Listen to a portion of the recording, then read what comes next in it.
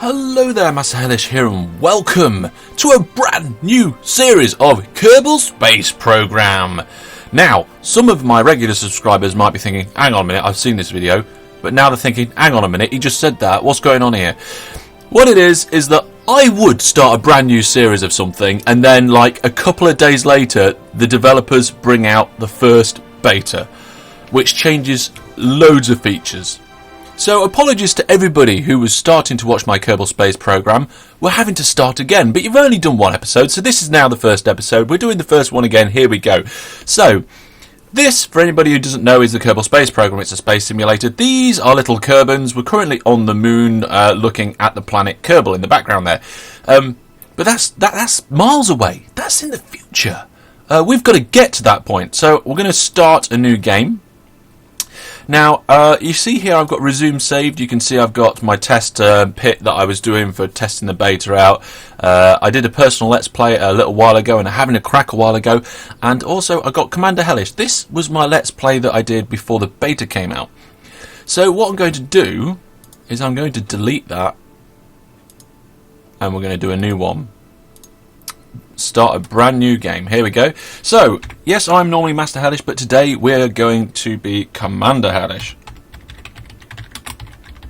There we go, Commander Hellish. We're going to play in career mode. In career mode, we don't have... In Sandbox, you have access to all the technology, you have infinite money, and you don't have to worry about your reputation. In Science mode, you don't have to worry about your money or reputation, but you have to unlock items by collecting science points.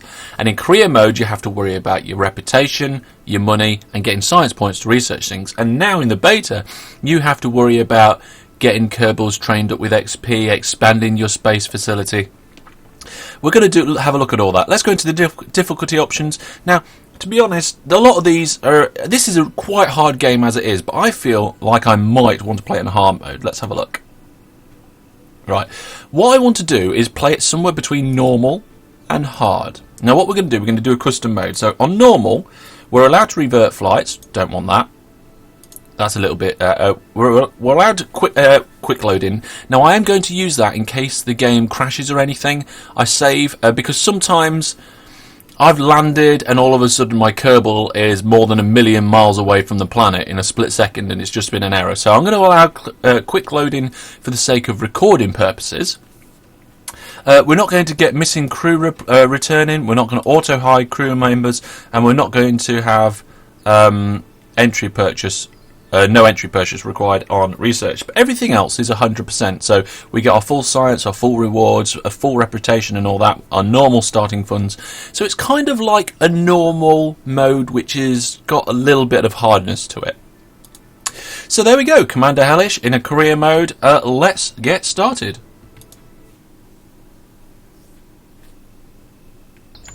And here we are, to the Kerbal Space Center. Now, if you've seen this before, in previous gameplay or anything like that, you'll notice that it's looking very sparse, and we're going to go around that soon. But let's see. Gene Kerbin was up here, and it's just nice to meet you. He's a flight director. Okay, and he's giving me introduction. This is our Space Center. From here, we can manage all aspects. We can move around with the mouse and stuff, as we can in most aspects of this. If we need any more information, we can go to the main menu. Okay, thanks. I've got it. So here we go. This is our space center. It's looking, like I said, it's looking a bit sparse, not as triumphant as it normally does. But this is the beginning of a career mode, first episode. So let's go around a few things. This item over here is our space plane hangar. It allows us to build space planes, but we haven't really got the facilities to do that at the present time. We've got our, I think that's our mission control up there, a Kerbal Center where we can hire our Kerbals. What's this? That's our administration building where we can set out some different programs, but all these programs cost money, and we haven't got a lot of money to begin with. This is our research and development area. We haven't got any research points, so there's pointless being there. Tracking station, well, we've got nothing to track. Launch pad over here, and our main construction hangar. We'll go to the main construction hangar soon, but we need some money, we need some research and some science. Let's go over here. Now this is where we pick up our our available contracts. Now, here's Gene Kerbin, Mr. Kerbin up there in the top left-hand corner. At the moment, we can only have 2 maximum contracts, but then we haven't got any active. So let's pick up the first 2 contracts. We need to pick up the easy one. So let's launch a vessel, and set an altitude record of 500 meters. Sorry, 5,000 meters. Perfect. We've got our maximum of 2 contracts now. We can no longer set new contracts. Let's go back to our space center and build something to fulfill that requirement. Well, this is the vehicle assembly building. We've got a new Kerbin here with glasses telling us about the vehicle assembly building. We've got our components on the left and all different bits and bobs, but I think I'm quite happy with the way things are here at the moment. So first things first, we need to make a new craft. Now this is our contract craft. We're doing it just to fulfill contracts, no other reason at all.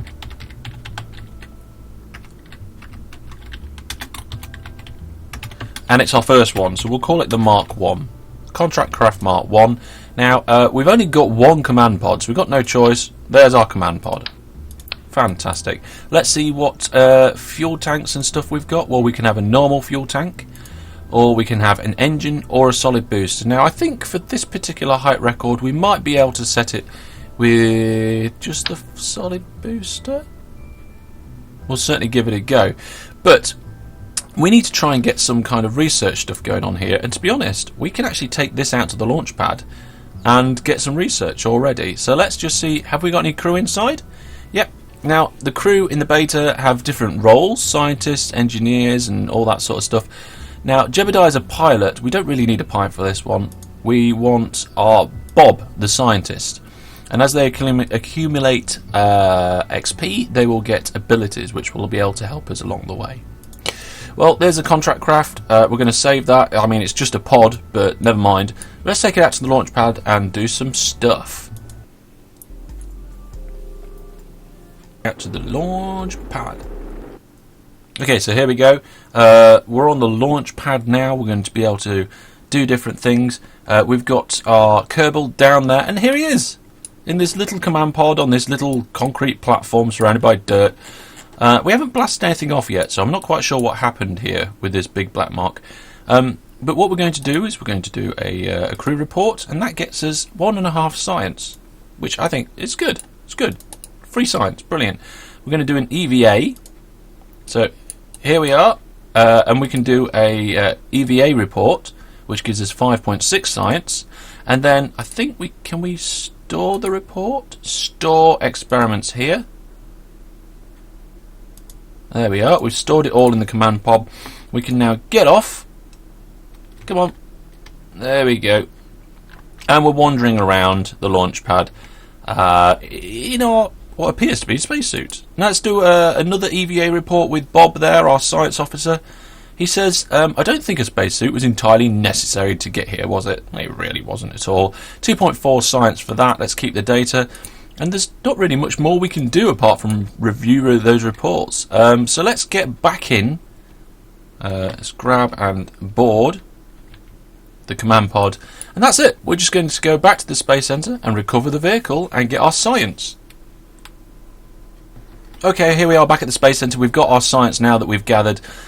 We've also got the command pod back. Because it was at the launch pad, we get 100% of its value back. We gained all of the funds back from that. We even got the funds back from the monopropellant that was inside that we never used. And of course, Bob's back and he's gained an XP. Fantastic.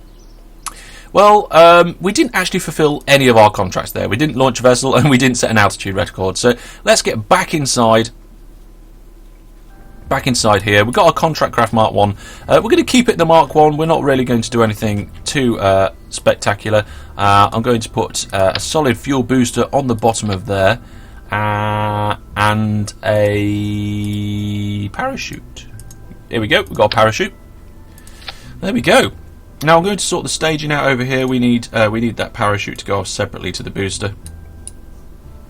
And for this one, this booster is actually really quite heavy. It's much more heavy than an engine would be. However, when it's finished burning, it's empty. It's got nothing in it. It's just a shell. So it's actually quite light then on the way back down. So that parachute should be fine. Let's see what crew we got here. Now, we are going to be doing some science, but I feel like Jebediah probably needs some experience at this point, because he's our pilot. So let's get Jebediah out there. And of course, all these different things that these... they actually have abilities that we'll see later on. So let's save that and go to the launch pad. Okie dokie, so here we are at the launch pad. We've got Jebediah in his pod up here. What on earth is that? I don't know. We haven't even got a command control tower here at the moment at the Space Centre. But we're going to try and complete this contract to launch a vessel just by simply pressing spacebar and launching this solid booster that you can see highlighted in green now. And then on the way back down we will launch the parachute there, highlighted in green. So hopefully, I don't know whether we will make 5 kilometres up on this one booster. I don't think so. But away we go. There we are. Jebediah, look at him, he looks well happy that he's going up. We've got the contract of launching a new vessel. Nearly half our fuel is coming up to be gone, and we've just passed 2,000 metres, so we might just make 5,000. Now, I'm not going to touch any of the controls or anything like that. We don't have control over throttle because this is a solid booster. Solid boosters just burn their full amount, and yes, we achieved over 5,000 metres. I think we broke the speed of sound as well. Well, as we're floating up in the air, you can see our speed is slowing down. We're going to be reaching the apex of our journey here. Let's just do a crew report whilst we're up here. What we got here? Crew report while flying over Kerbin's shores. Fantastic. Let's keep that data. Now, I'm not going to do an EVA here at the moment. We're still in the atmosphere. I don't think even Jebediah would want to get out. No, I think it's greyed out there. So we're going to head back down to the surface. We're slowing down, we're slowing down, we're slowing down. And wow, we're speeding up again now. We're speeding up, we're heading back towards the ground. Now, due to the planet's rotation and the time that we're in the air, and the fact we were up in the atmosphere, we might actually be landing slightly left of the launch pad. And to be honest, I don't want to land on that space centre too much. But we'll see where we do land. We've got our parachute to deploy, but I'm going to just speed up time. In the top left hand corner you can see here we've got a time warp function. It allows us to speed up time, and as we do so physics can get a little bit wappy, so we need to be careful whilst we do that in the atmosphere. So we're just coming down quite quickly now. We're actually slowing down, I think, because we're getting into the thick atmosphere. We've reached past our terminal velocity. Looks like we're not going to be too far from the launch pad itself, which is quite nice. Let's deploy our parachute in its first phase. There we go. And once we get 500 metres above the ground, that parachute will open up into its full phase, and hopefully we'll bring Jebediah safely back to the ground. So here we go. 800, 700, 600, and there we are. I think we pulled nearly 10 Gs there when that parachute opened, so I feel a little bit sorry for Jebediah, but I think they must be made of sturdy stuff, these Kerbins. And you can see, Kerbals, sorry, and you can see the parachute there on the floor. Let's just speed up time a little bit more so we're not sat here waiting for this thing to come floating back down for an eternity. You can see there, we're getting close to the ground. I think the ground here around the Space Centre is about 70 metres above sea level. So we'll see exactly how high it is above sea level as we land our Mark 1. Oh no! Oh no, the bottom exploded. That's not good, but the main command capsule's okay. Jebediah's okay. We're going to lose some money from that because we're not going to be able to recover that part. I'm a little bit disappointed that that exploded, but never mind. Let's recover the vessel and see what the next steps are. Okay, back to the Space Centre. We've got a crew report while flying over the shores and recovery of a vessel. Really what I should have done is probably got out there and I've done a little bit of an EVA, but never mind, we've got some science. We got the command pod back and the parachute, but we didn't get anything else, so we got a bit of funds back. And of course Jebediah's back and he's gained 1 XP as well.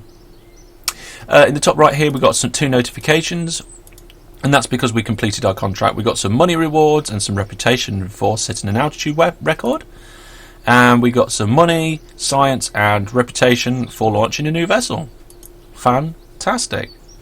Well, let's head off back to mission control. Hello there. We've got more different things we can do now. Oh, this is brilliant. Right, perform a visual survey of Kerbin. Now this is new to the beta. Let's have a look here. There's a particular thing we need to do. We need to do a crew report above 16,000 meters near a certain sector. That sounds like it could be moderately difficult to do. It depends where that particular sector is. Now we've got one here to test a parachute. And I think, and it's between 8,000 and 15,000 meters. We should be all right to just test that parachute in our next flight anyway. So let's get that. And we've got a visual survey over here that we can do. Okay. Let's take this particular survey. We need to do a crew report in flight above that location. So let's accept that contract. There we go. We've got various different monies now for accepting the 2 contracts, the maximum contracts we can have. Close out of there. Now what I'm going to do is I'm going to go to the tracking station. Here we are. Hello again. Gene's there again.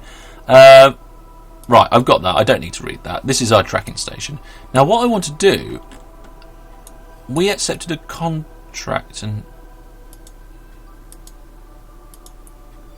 in sector 4Z U8. Well, hang on. Let me rotate round. Right, okay, here we go. We've got some different things going on here. What's that say? Okay, that's where we need to do our research, I think. That's where we need to do our crew report in flight over that area. What's this one? Oh, that's a different region that we... did we accept that? We didn't accept that one, I don't think. Various different agencies, apparently. Okay, so this is our sector here.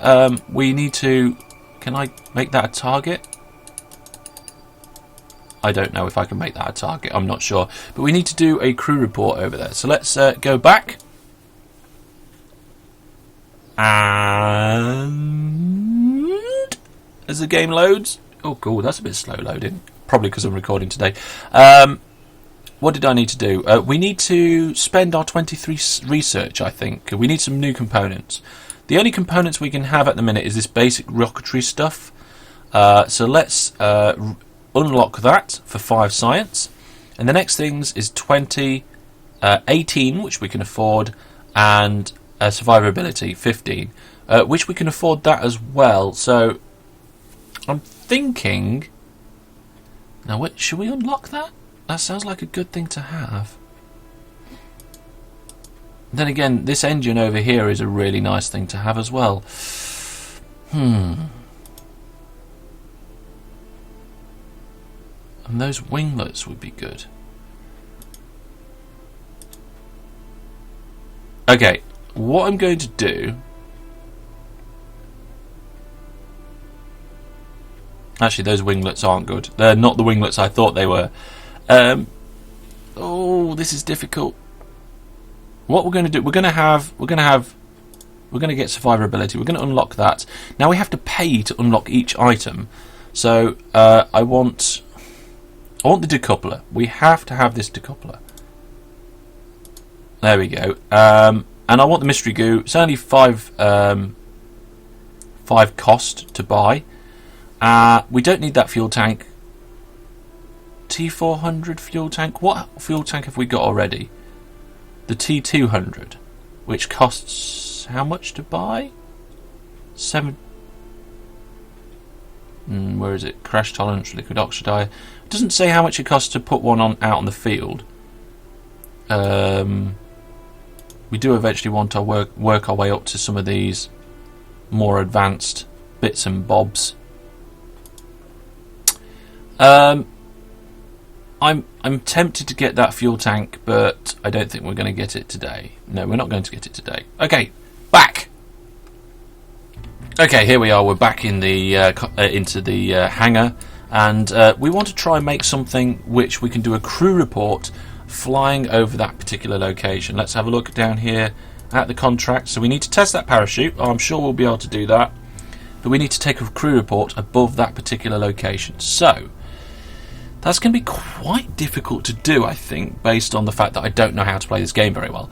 Let's get rid of that part there. I'm going to use this stack decoupler to drop down that top bit separately. Let's get a couple of fuel tanks. See, this fuel tank costs 425.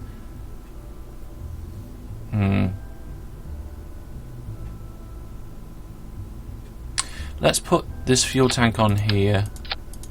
I'm going to put 2 of them on and an engine. There we go. Then I'm going to put a structural decoupler on there and the booster on the bottom, I think. So hopefully we'll get up to about 5,000 with that first one, and then we'll keep burning to try and get ourselves over to that particular location where we need to take that crew report. I don't know what sort of range that is allowing us, but never mind. And I kind of feel like we need more boosters. So let's turn symmetry mode on, and we're just going to attach them straight to the side of this, like that. There we go. So the first thing that's going to happen is all 3 boosters are going to fire. Then we're going to decouple those bottom boosters, burn our engine, and then decouple that and try and fly it. This is going to be the Mark 1 still. There's still nothing good about this vessel. I'll change the version when its function seems to change. And we're going to go and launch this next time. Well, that's all for this time. Thank you very much for watching. I've been Master Hellish. This has been my Kerbal Space Program Let's Play, now in beta. Woo! I'm looking forward to the rest of this series. I hope you guys are too. But until I see you next time, goodbye.